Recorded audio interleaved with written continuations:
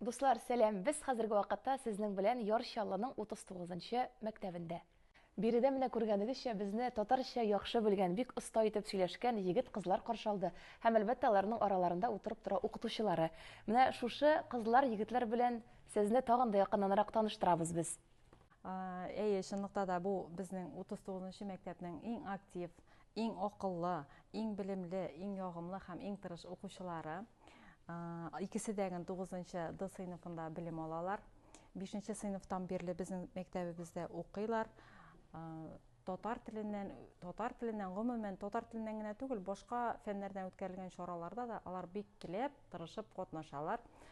Бу укучыбыз безнең Шәрифуллин Сәид.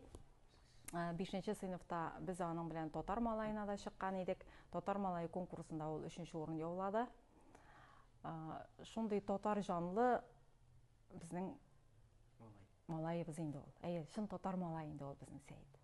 Менә Сәид сине укытучың чынлап та татар телен белә торган малай буларак, татар егете буларак бик мактап китте. Укытучың дөрес сөйләдеме? Син чынлап та тормышта да шундыймы? Укытучы дөрес сөйләде. Мин татар телен бик яратам. Аның белән горурланып сөйләшәм. Мәктәптә дә, гаиләдә дә. Менә татар теле кирәк. Туган тел. Шулай. Сез гаиләдә үзара татарча сөйләшәсезме? Татарча сөйләшергә кирәк тә, мөмкин гаиләдә татарча сөйләшергә иногда не получается. Потому что барыбер сеңлем бар. Сеңлем урысча сөйләшә, мәктәптә урысча сөйләшәләр. Шуңа күрә гаиләдә дә урысча сөйләшәбез инде. Шуларгамы? Да. Синең барыбер да татар телең яхшы дип әйтергә кирәк. Менә хәзер мәктәп тормышына күчсәк, Сәид, син шулай ук бик якты балкый торган йолдыз инде мәктәпнең. Менә укытучың да әйтеп китте бит. Ниндирәк шөгыльләрең бар синең? Нинди кызыксынуларың бар гомумән мәктәптә, мәктәптән тыш вакытларда дип әйтик, ниләр белән шөгыльләнәсең? Мин театраль кружокларга йөрим. Органный залда 8 ел йөрдем. Анда выступал. Концертларда Щелкунчик, Чиполлино. Аннары музыкальный мәктәпне диплом алдым, закончил. Менә шулай. Мәктәптә дә, конкурсларда да, концертларда да катнашам. Сәид, без бит әле беләбез, син күптән түгелгәннән шушы мәктәптә узган спектакльдә катнаштың. Әйе бит? Анда син төп рольне башкарасың. Тәбрис ролен, менә шушы роль синең тормышыңдагы характерыңа гомумән туры килә микән? Тәбрис роле туры килә. Чөнки мин башта русча сөйләштем инде бәләкәй чакта. Әбиләргә кайтып йөрим. И менә шулай татарча сөйләшә башладым инде. Менә әбиләр белән, бабайлар белән. Әби мине намазга бастырган тоже. Ислам динендә менә шулай.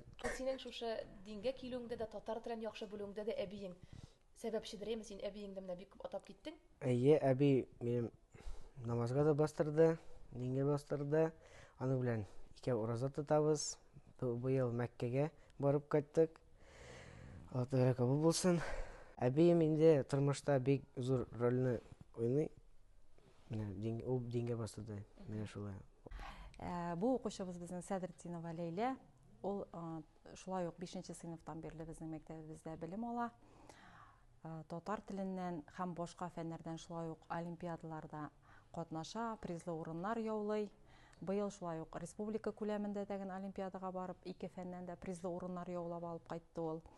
Олимпиадаларда гына түгел, төрле чараларда да бик теләп катнаша ул. Ләйлә белән дә аралашып алыйк әле, дуслар. Күргәнегезчә, 39-нчы мәктәп талантлы балаларга бик бай. Һәм менә Ләйлә безгә әйтеп китте, ул безнең спортчы икән. Спорт түгәрәгенә йөри. Әйе бит, менә Ләйлә шулай ук шушы спорт белән дә шөгыльләнүең турында һәм башка хоббиларың турында да сөйләп уз әле безгә. Мин 3-нче класста йөзү түгәрәгенә килдем. Шул арада минем 2 разрядым булды. Менә хәзер инде уку минем тормышта 1-нче урын ала. Мин төрле фәннәрдән олимпиадаларга йөрим. Мәсәлән, татар теленнән, татар әдәбиятыннан, географиядан, физикадан, рус теленнән, обществознаниедан, тарихтан да барганым бар. Ләкин татар теле белән татар әдәбият минем өчен иң төп олимпиада предметлары. Бу елны мин республикага да барып 2 призлы урыннар алып кайттым.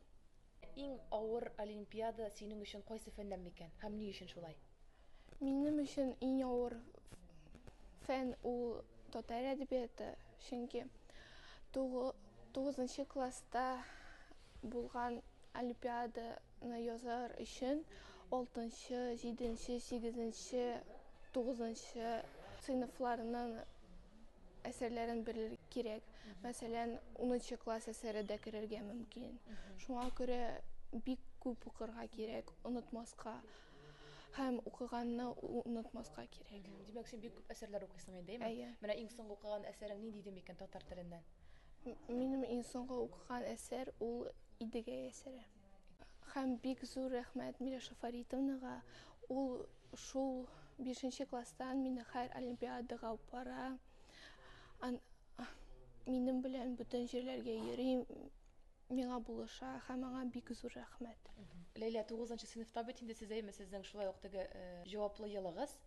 Фәннәр менә ЕГЭФ имтиханнарына ниндирәк фәннәрдән сайладыгыз икән?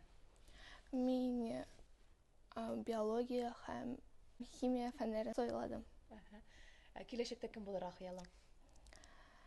Әле белмим, уйлыйм.